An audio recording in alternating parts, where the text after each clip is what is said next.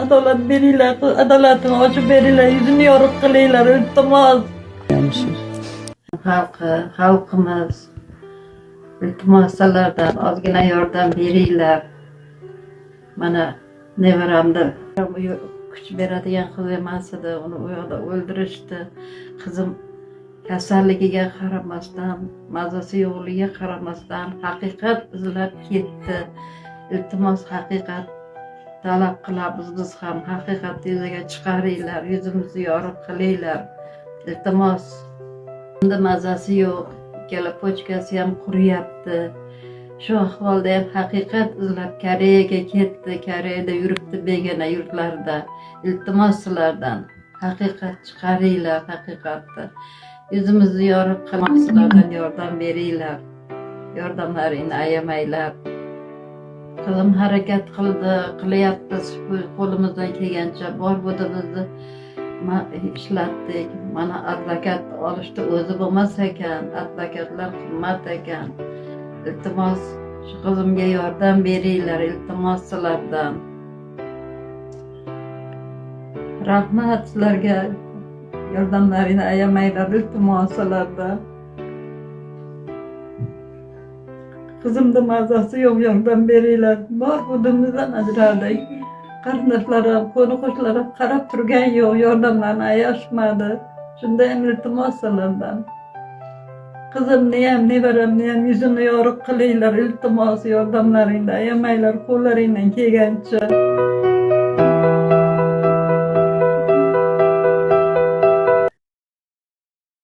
Taniysizmi u qizni, opa? Taniyman. Samonim tanish bilishlari bormikan u qizni bu yerda? Farida opa, borib ana ekspertiza talab qilib yozasizmi? O'shani boshqatdan tekshirtiraman deyapti erim. Uni ekspertizani boshqatdan qilinadi. Men hech qachon u endi Men ham borib yozsam bo'ladimi? Patologdagi svetlar. Qara, endi hammomga o'zini ochibdi. U qiz 180 bo'yi. Biri 60 necha ekan, u yog'ini bo'yi 180 ekan, uni tepaligi 170 ekanda. Yo'q, 180 bo'yi uzun qiz u qiz. Bo'yi uzun qiz u qiz. Desa 80 ga yaqinlashib qolgan. 80 ga yaqinga temir qanday qiyshaymaydi? Hech narsa bo'lmagan. Endi qarab tur. Bog'da hamma yo'q pachaq bo'layotibdi. Hammomda hamma yo'q, top-toza. Hech qayerda hech narsa yo'q. Bitta zakolka tushib qolar ekan. Bitta zakolka tushib qolar ekan. Men u bolani ham taniyman, u qizni ham taniyman. Bola qayerli opa? Namanganlik ekan. U qiz Ali aka, siz iflos yurmaganmisiz Koreyada? Siz bironta qizni aldamaganmisiz? Bironta qizni lichkasiga yozmaganmisiz siz? Bolalar, o'zlaring kevolaslarda eri bor qizlarga ham yozib o'tirasizlar-ku. O'sha if olti ekan deysizlar.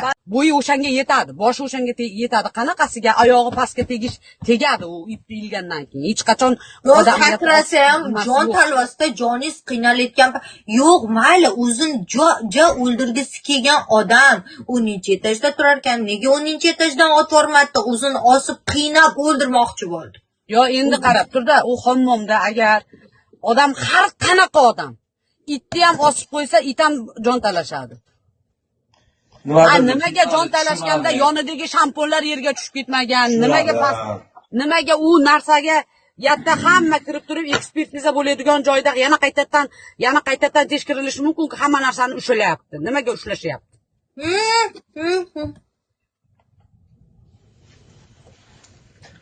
Xudo o'zingga shukr.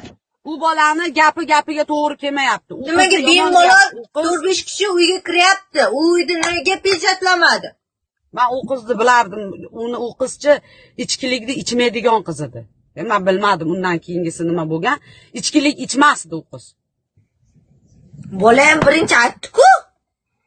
Ichmasdi, ichishni boshladi, bir-bir ichib turardi, deyapti. Endi qaranglar, yatta 1,5 litr saydani ichib yuborgan. Ha? 1,5 litrli saydani ichib yuborgan. Yerda 3-4ta suv jo'yan bo'lgan. 3 kunigacha o'sha janjallarni qilganda u bola nima chiqib ketadi? Ish dedim deyapti. Yo'q, ishga ketayotgan yo'q, aytayapti, janjal bo'ldi deyapti. Chemodanimni tashab ket dedi. Men paketlarga, sumkalarga narsani tashab ketdim. Keyin u qarist xotini deb hozir o'lgan odamni yomonlayapsizlar-ku. Motelga olib borayotganinglarda u qarist xotin emasdi-ku. Sizlarni qizchalar edi-ku. Koroleva bo'lyapti. Qizchalar edi-ku. Koroleva bo'lyapti. Qo'yardinglar-ku unga. Yo'da, masalan, man nimaga aytaman? O'sha bolani o'ziga ham aytganman.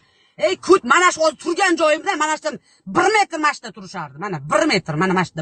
Oram 1 metr mana shu uylariga. Mashta turishardi. Men turgan joyda 1 metr joyda turar edi. Ash qiz. Ishonasizlarmi? Shunaqa akkuratniy qiz edi, shunaqa o'ziga qaragan, yo bir noto'g'ri ish qilmagan qiz. Men bilaman-da, u o'zim aytib beryapman.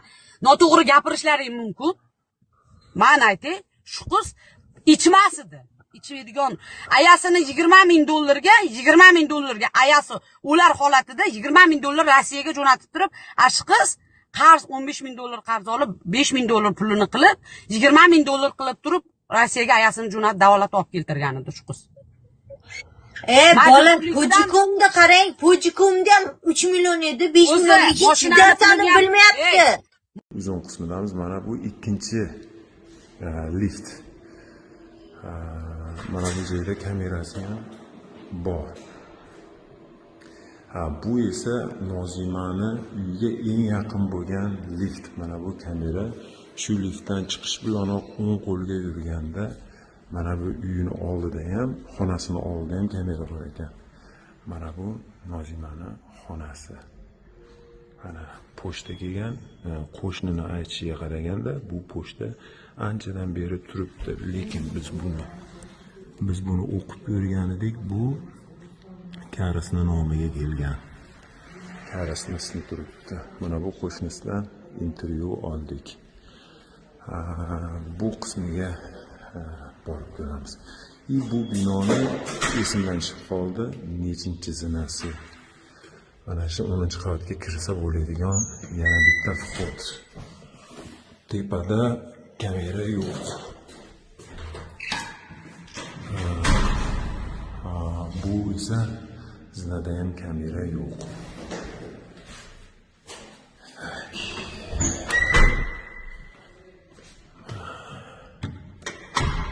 Shu mana oxirigacha borib ko'ramiz. Bu koridorni, bu qisqa qismi koridorni. Tepada mana kamera ham bor ekan. Bu esa o'sha balkonchasi, mana past, bu yerga chiqib bo'lmaydi. Mana ochiq, qulflanmagan.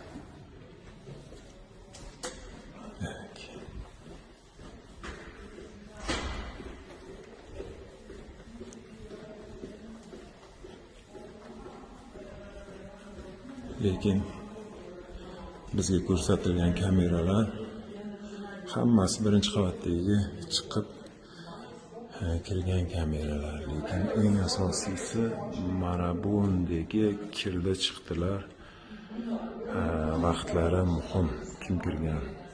Lekin bunisi bizga ko'rsatilmadi. Mana eng yaqin lift. Bu qavatda ikkita qismda lift bor ekan. Bu eng yaqin qismi. Shu 10-qavatda.